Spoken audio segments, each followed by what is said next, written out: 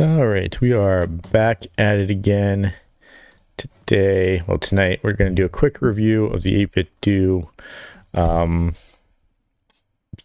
Pro 3 Bluetooth Gamepad. Let's get some background music going, even though it's going to be very, very light. May not even be able to hear it that much. Let me turn it up a little bit.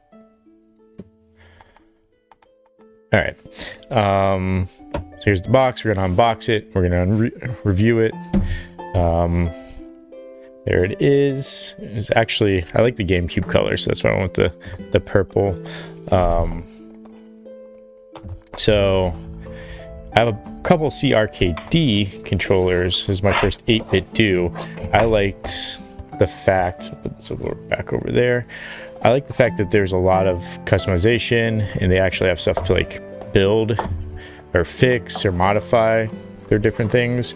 I also like the fact that this controller has a base to put it on to recharge it. So there's the base. Here's the controller itself. Get these off.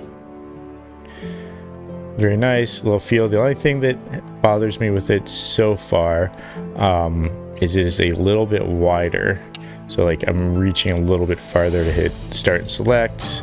Don't really need the L4 and R buttons.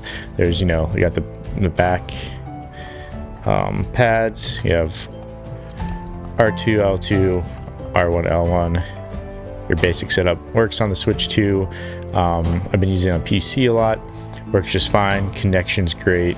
I've had no real issues. The only thing I've noticed is that when switching games, like I was using a regular Xbox controller, attaching, like having this connected, sometimes these are mapped differently depending on the game, and I have to go in and reset it to what I'm used to it being set as. But I feel like that's most controllers.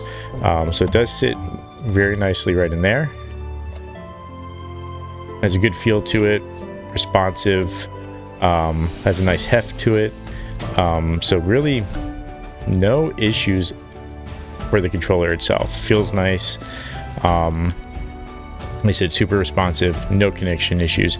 If you like the old, like PS1, PS2 feel of your controller, that's what this is, with a little bit of the Super Nintendo looking pad right there, and then you have the base piece that reminds me a lot of PS1, PS2. So if you like that feel of controller, you're gonna love this.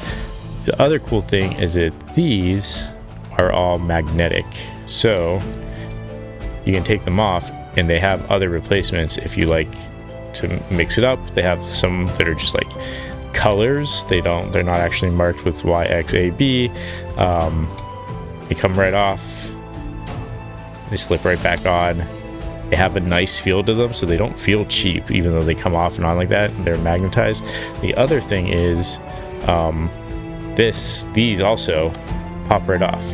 And you might think, why? I mean, you can change them if they get a little bit old. It's nice to have. But what's cool about this is, also comes with the cord, but Pro 3 comes with these, which is pretty cool.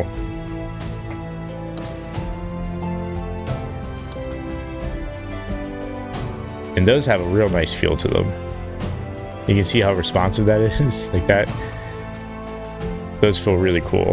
The only thing is they are sit a bit higher up, so if you're playing a game that involves all that push down on R3, or I guess, what are these considered, like R3, I guess, and L3, and you're pushing down to make your character run, this might get a little bit annoying after a while. But I really enjoy the option of being able to put in like the old school arcade sticks onto the controller.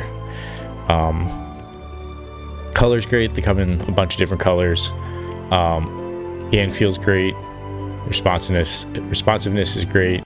If I run into any issues, I will update the description on the YouTube when I fill it out. I'll add in anything. Sometimes I'll notice connectivity issues later, But overall, pretty good, and a nice addition to my, pulled out, to my ongoing purple controller collection. So overall, if you're looking for a new Bluetooth controller, it's going to work well with the Switch 2 for PC, and you want the option to like change it up a little bit by changing the buttons or the D-sticks, go with the 8BitDo Pro 3. Definitely the Pro 3. Better connections. I think it's meant more for, you know, Windows 10 and up, as well as the Switch 2. So you want to go with the 3 and not the 2. So that is it for this review. Till next time, check y'all later.